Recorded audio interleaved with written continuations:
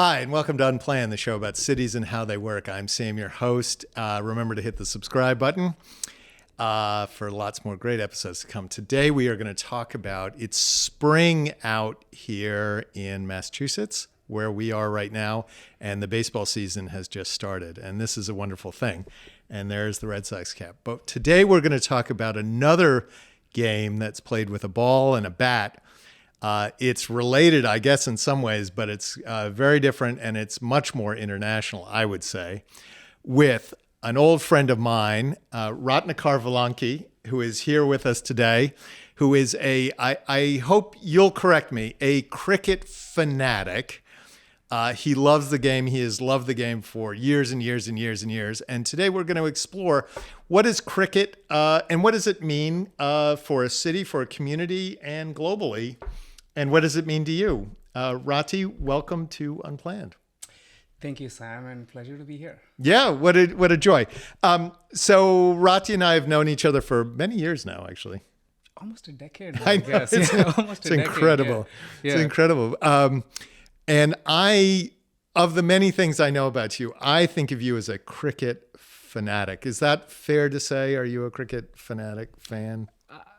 I think so. Yeah, you can call me that. Yeah, though I think I probably follow a lot other sports, including Red Sox and football and other sports. But you can say cricket was my first sport. Yeah. All right, so we want to dig into cricket because cricket is fascinating to me as an American born.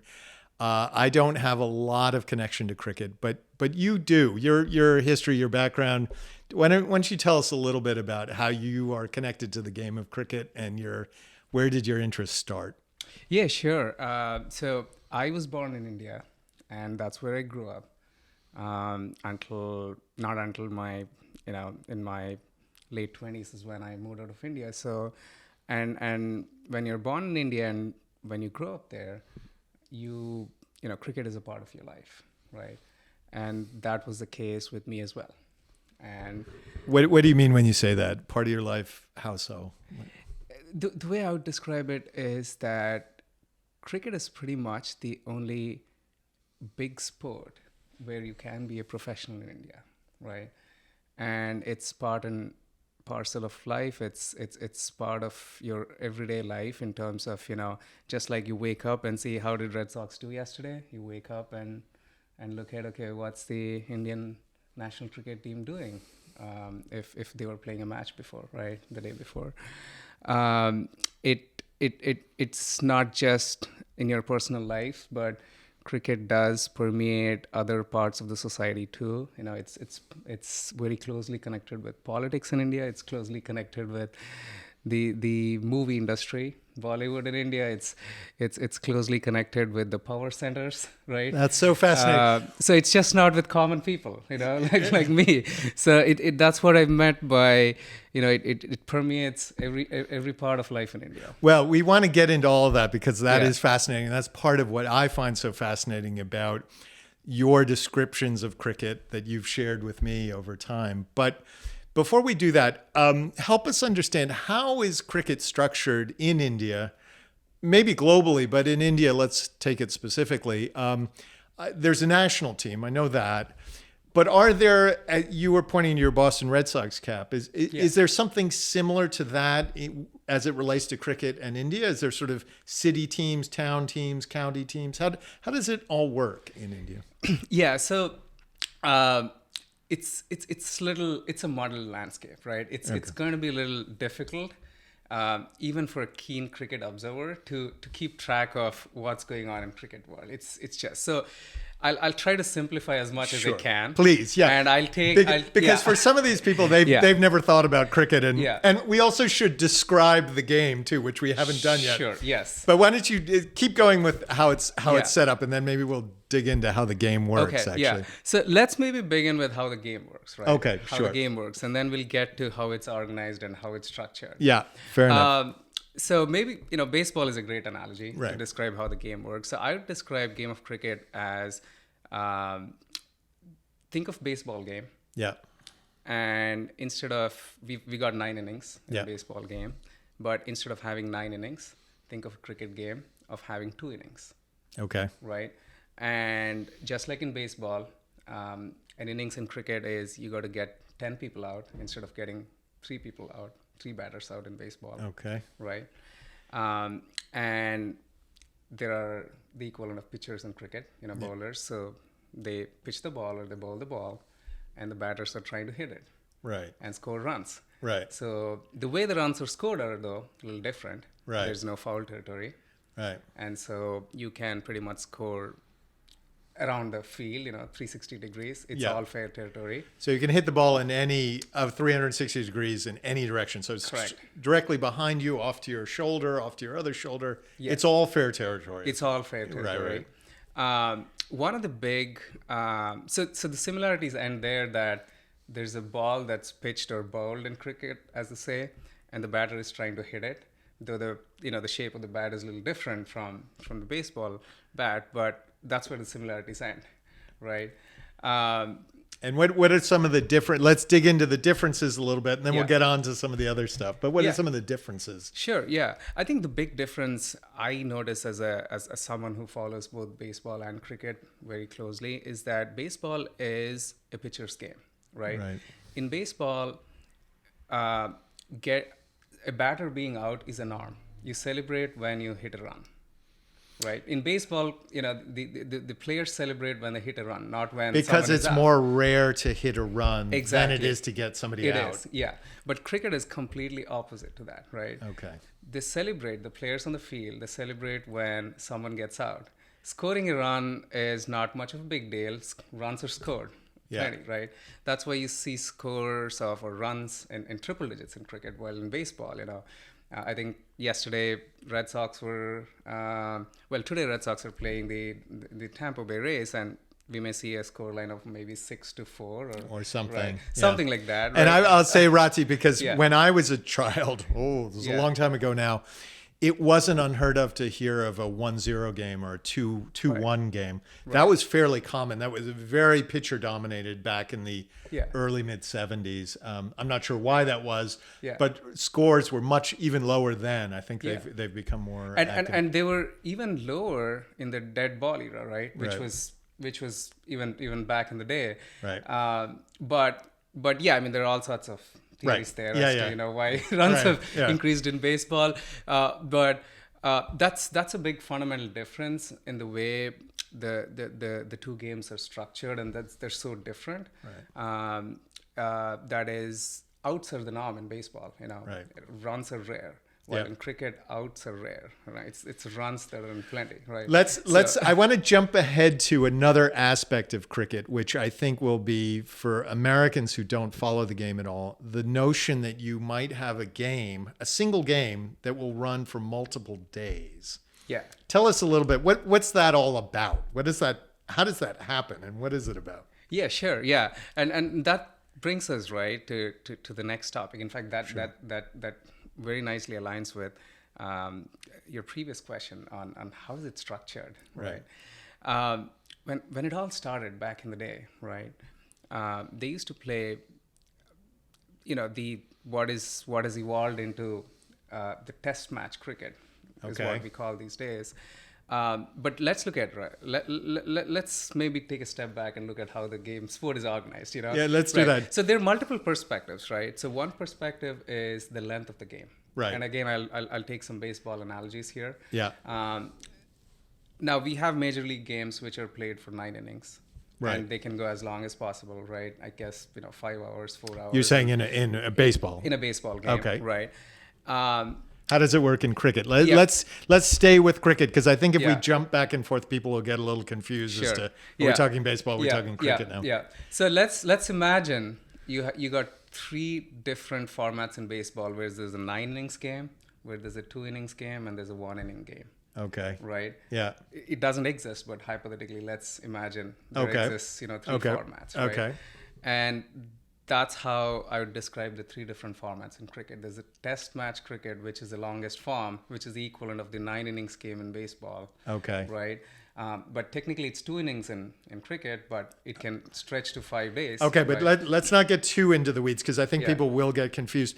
A test match typically runs how long in time? Yeah. Never mind in innings, but in Yeah. actual time played. Yeah. Is that the 5-day Right. game? Yeah, it is. So you have 2 innings to be played. Okay. But you have to complete them within 5 days. Okay. And 6 hours of play each day. Okay. Right? And if you cannot complete your 2 innings Yeah. in 5 days Yeah. worth of play, then the game ends in a draw. Not a tie, right? Okay. A tie is when runs are level. Okay. Right? But it ends in a draw, right? Imagine a game of baseball where you set a time limit of 5 hours. Let's not do the Okay. baseball because I think I think we'll get confused. Yeah. Let's let's jump back to how is it structured Yeah. as a sport? I mean, Sure. so now we have some of the rules, roughly speaking, of how the game works, and Yeah. but how is it structured as a sport? Is it a professional sport, for example? Who are the teams? What levels do they play at? Yeah. Are they amateur? Are they, etc. Yeah. Help us understand that a little bit. Yeah. So again, over there as well, it's pretty muddled, right? The way that works is you have around 12. The game is predominantly international, right? Right. So it's predominantly played between national, sides fielded by the national governing bodies of the respective countries, right? Okay. So that's one. But more importantly, you have the highest tier, Right. who are called the full members of the International Cricket Council, Okay. and you can call them, and any matches that are played between them, you can call them the major leagues, Okay. right?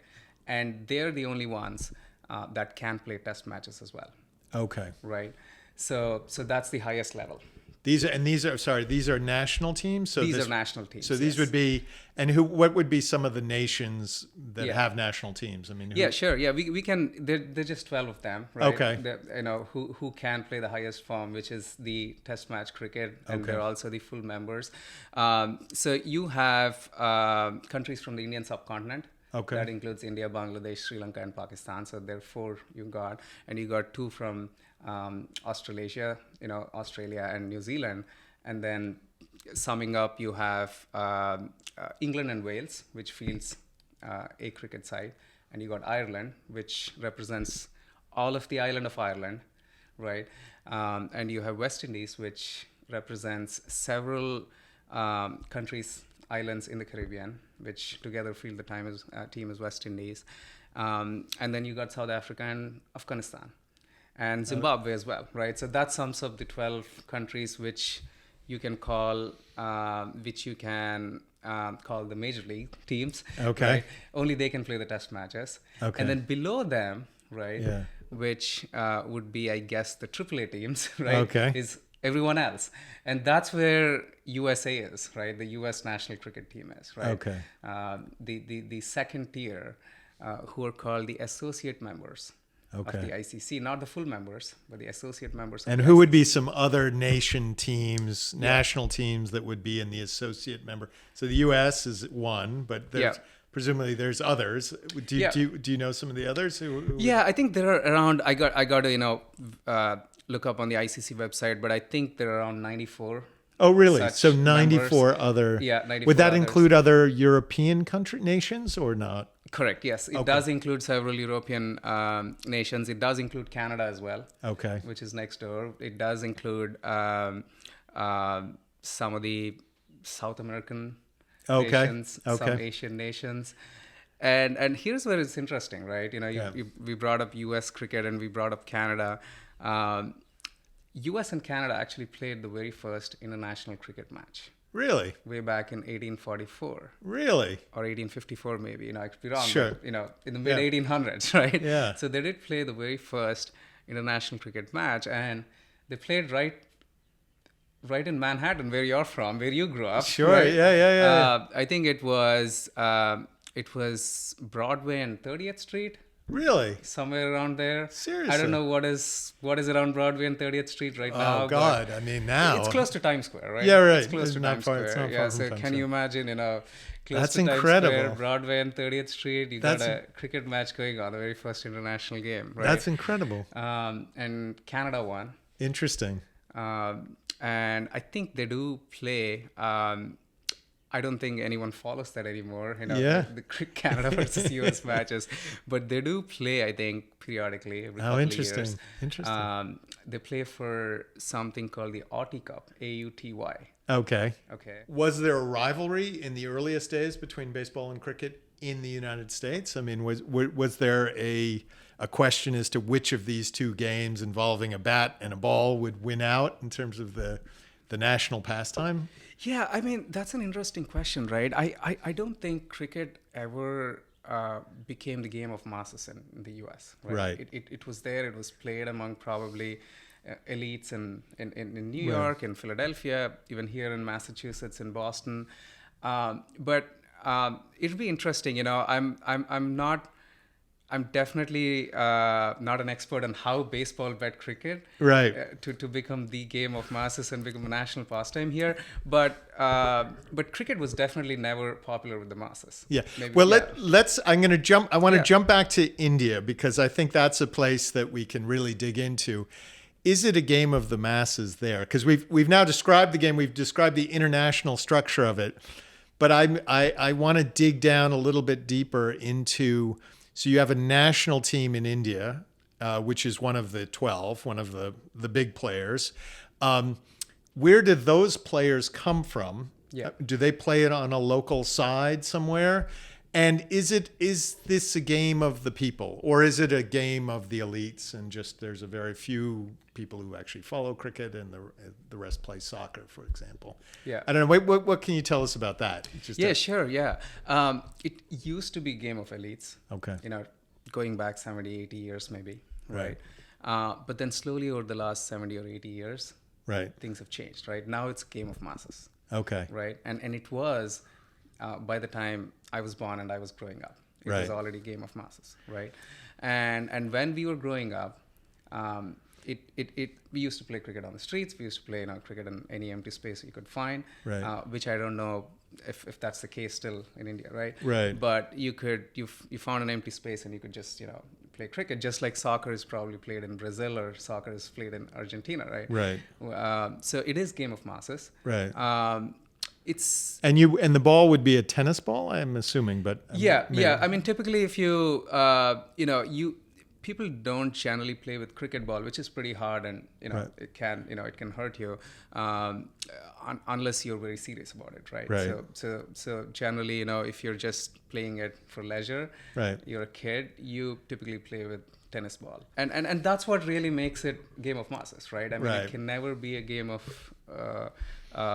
masses that's accepted by everyone if it requires significant investment or Right. or All you need is a ball and a bat, basically. Yeah, you don't even need a bat. You can just make do. I don't know. You can With take a this stick. plank Yeah, and make it a It bat, works. right? Yeah, it works. So Yeah. so all you really need is a ball, and you can start playing anywhere. Whether it's rooftops or whether it's streets or whether it's I'm just having I'm having a memory of somebody I knew when we were teenagers to play stickball, which is often played with a tennis ball or some kind of a ball, bouncy ball, and then you need some kind of a bat. And he used to take shovels. He'd find shovels, and then he would just cut off the handle and use the shovel handle, which it turns out is a wonderful bat. Yeah. But I'm sure the people who owned the shovel were not happy this kid had just sawed off their shovel handle.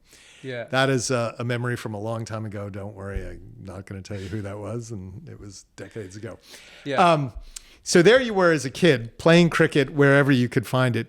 Was it a national game? Were you introduced to it because of television? Was the sort of the introduction of television into the sport an important part of what's made cricket a sport of the masses, do you think? Or? Oh, absolutely, yes. And in fact, that's probably the most important factor why it became a game of masses and all the revenues that it brings in India.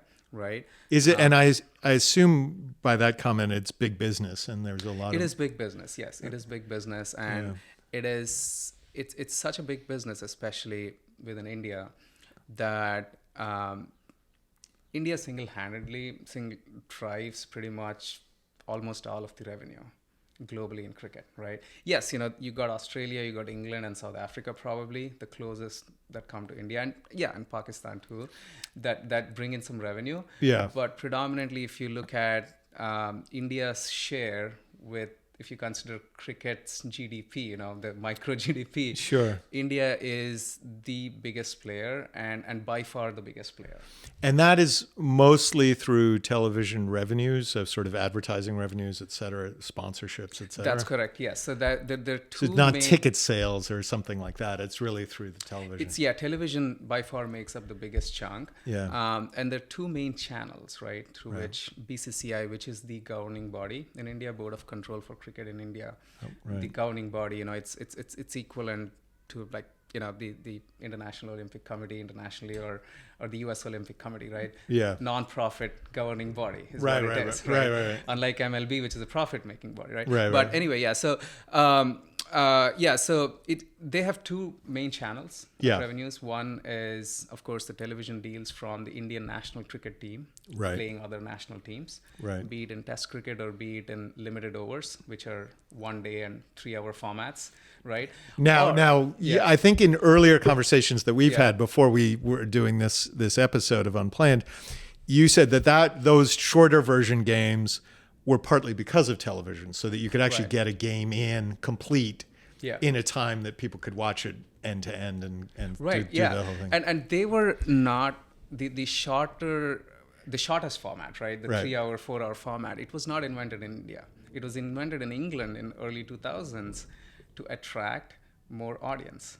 Oh, interesting. And especially in England, where there is falling viewership for cricket, just like what we see in the US with baseball, right? Right. So they invented that to attract more and expand their audience, right? Right. But it became such a huge hit that it was That taken up by everyone. shorter format. Yeah. I see. Yeah. So one of the biggest channels is, of course, when the Indian national cricket team plays other national teams, be it in any format. So that's one of the biggest sources of revenue for BCCI.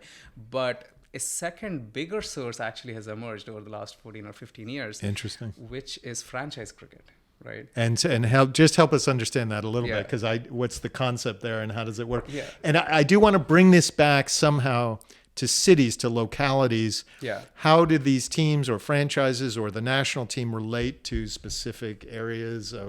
Where do the players come from? How do they practice? When do they play when they're not playing on the national team? Those kind of questions. Sure, yeah. But anyway, tell me about franchise. Franchise cricket is basically NFL or MLB or NHL or NBA or any organized major professional leagues in US, right? Right. So you got a governing body and they franchise it out, and there are 10 franchisees, and the league is called the IPL, Indian Premier League. Yeah. And there are 10 franchisees. They're city based, right? And the format and the organization and the finances are modifications, but at largely mirror how an NFL or an MLB is structured, right? And that's become a much bigger source of revenue for BCCI in India. And do they get some revenue? They get revenue off of that. They get huge revenues, right? They're talking about billions of dollars, right? And what do they? While we're just on the topic of money in general, what do they do with that money? I mean, they're a nonprofit organization. It sounds like to promote the national team. Yeah. So what do you do with billions of dollars? That's a great question, right? I think we got to step back in time to when I was a kid, right? Yeah. When I was a kid, cricketers in India still had to work other jobs. They did, right? They were not fully professionals. And even if they were fully professionals, maybe a small subsection of them, right? And the infrastructure in general, the cricket stadiums were, I wouldn't say terrible, but, not as good, right? But if you look at whether it's the cricket infrastructure in India these days or the players, you have hundreds of players who are fully professional. We're not talking about dozens, but we're talking about hundreds of players, right? Back in 90s, maybe a handful, maybe a dozen players who could be fully professional. Right. Now you got around 30 odd first class teams, which is the farm system for the national Got it. cricket. And these are these franchise teams that you're talking about. No, these are different ones. These right? are different ones. These Okay. are teams that represent the states within India. Okay. Right. Yep. Which you can call them the farm teams. Sure. If I use For the the Ameri- national, for the national But teams, those right? players will be professional in the sense that they play the season and then they just train in the off season. They get paid however much money they get paid. Yep, they do. Yeah, so there is a 5 to 6 month cricket season in Okay. India, right? And that's known as the first class competition, Yeah. where BCCI is organizing the domestic first class competition, Right. and they're all playing against each other, and they can be fully professional now. Right, which right. was not possible just 30 years ago. So all this money, in short summary, has gone in to build some great infrastructure. Right, cricket stadiums are pretty good now.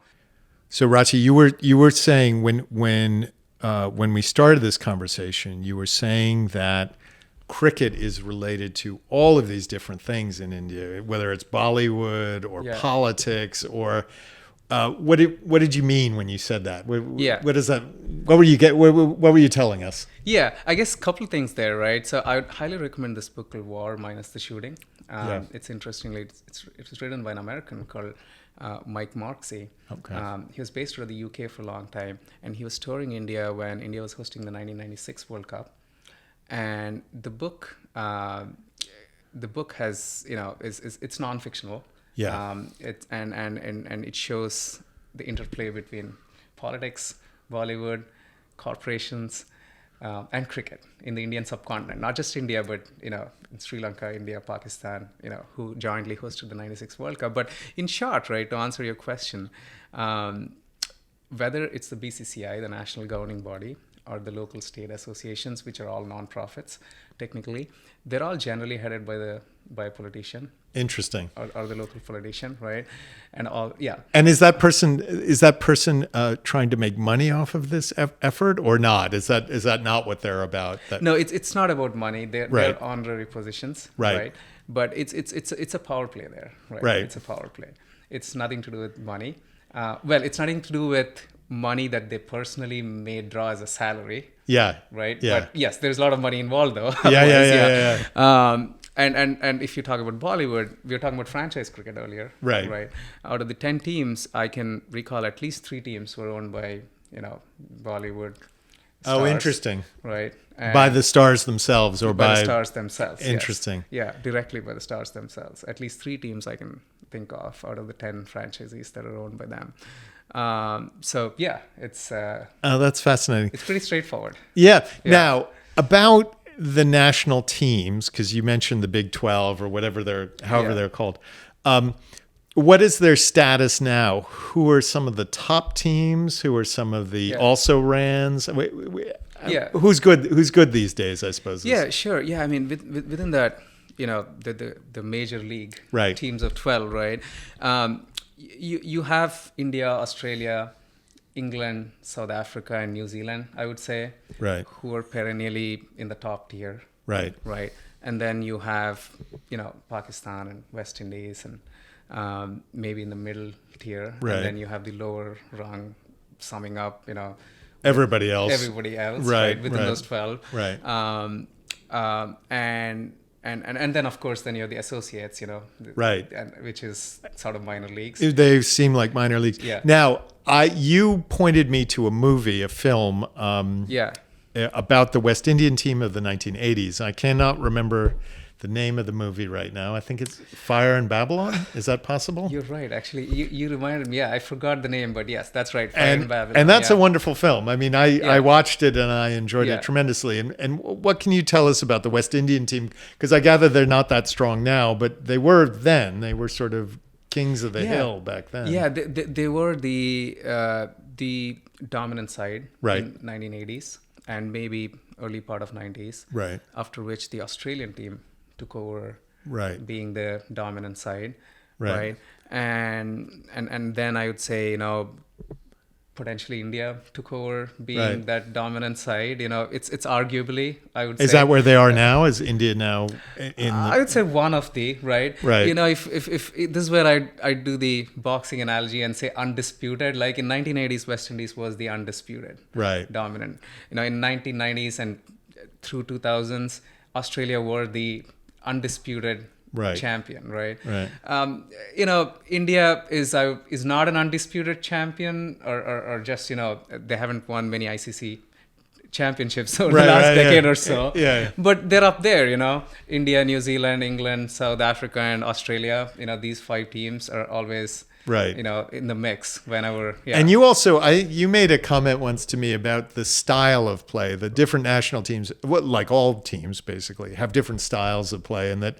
Yeah. I think you said India was more of a bowling, sort of a spin bowling team. Yeah. I'm not sure if that's what you said, but Yeah, it used to be that way. Right. I guess the test matches in India are still that way. Right. Right. So typically the subcontinental teams, which are Sri Lanka, Bangladesh, India, and Pakistan, have always excelled in spin bowling, which with the baseball terminology is a change up or a slider. Okay, change up sure. or a slider. So not a fastball. No. Not a fastball. Anything not a fastball. Got right? it. Anything not a 95 miles. Got it. So I mean, baseball pitchers use change up as a side tactic. Fastball is their main weapon. Yeah. Right. But in cricket, you have different bowlers, one specializing in change ups and one specializing in fastballs. Right. So that's where So the subcontinental teams kind of specialized in these change-ups or sliders or the slow or the spin bowling. Right.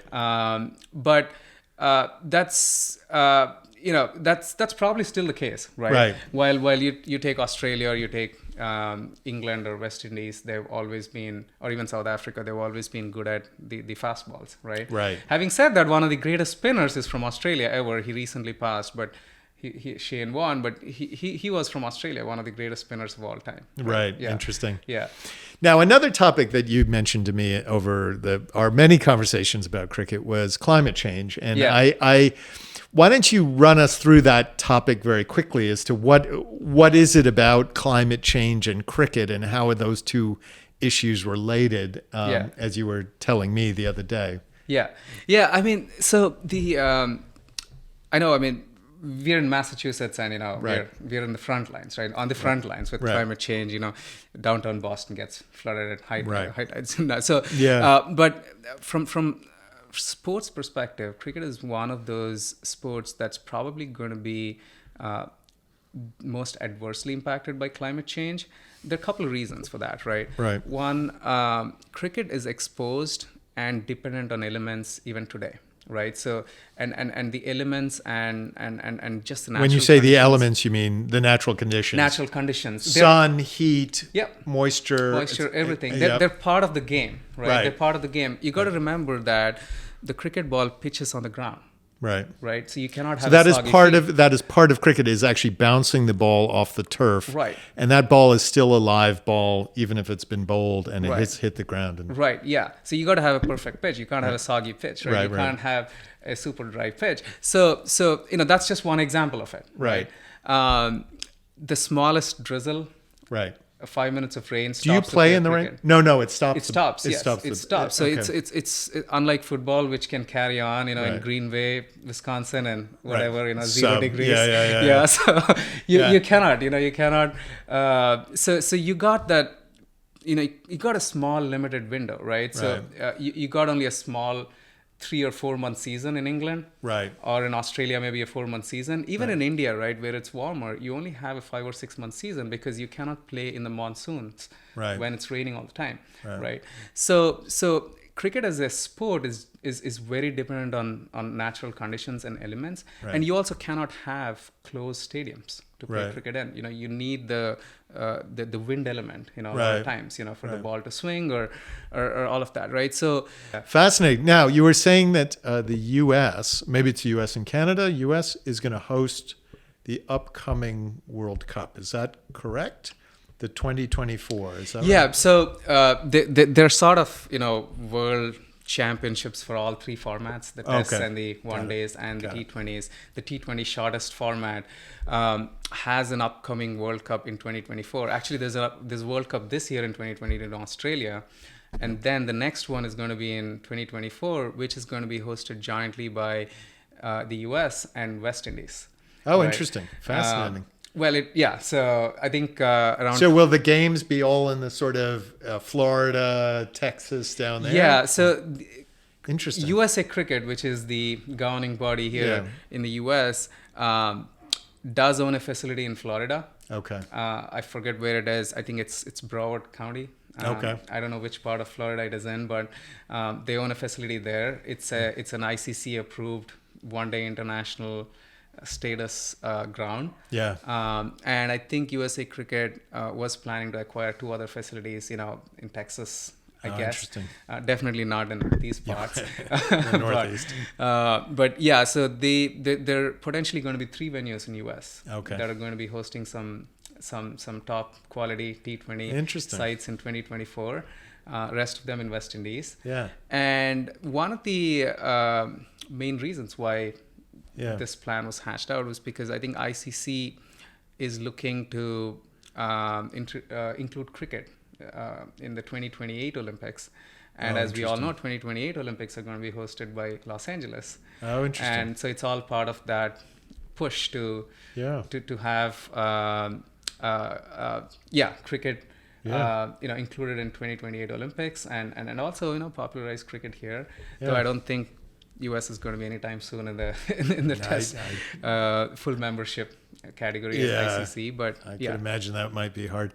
Rati, I know from personal experience that you and I could talk for hours, but we only get so many minutes on Unplanned. So with that, I just want to thank you for joining us and giving our audience a little bit of background about the fascinating world of cricket and how it's connected to all these different things. Tell us the name of the book one more time, because I would love to. Yeah, it's War Minus the Shooting. Okay, so we'll go check that one out. Thank you so much for helping us understand cricket, and maybe we'll get you back on when we talk about the Red Sox. We'll talk about baseball the next time. For sure, yeah.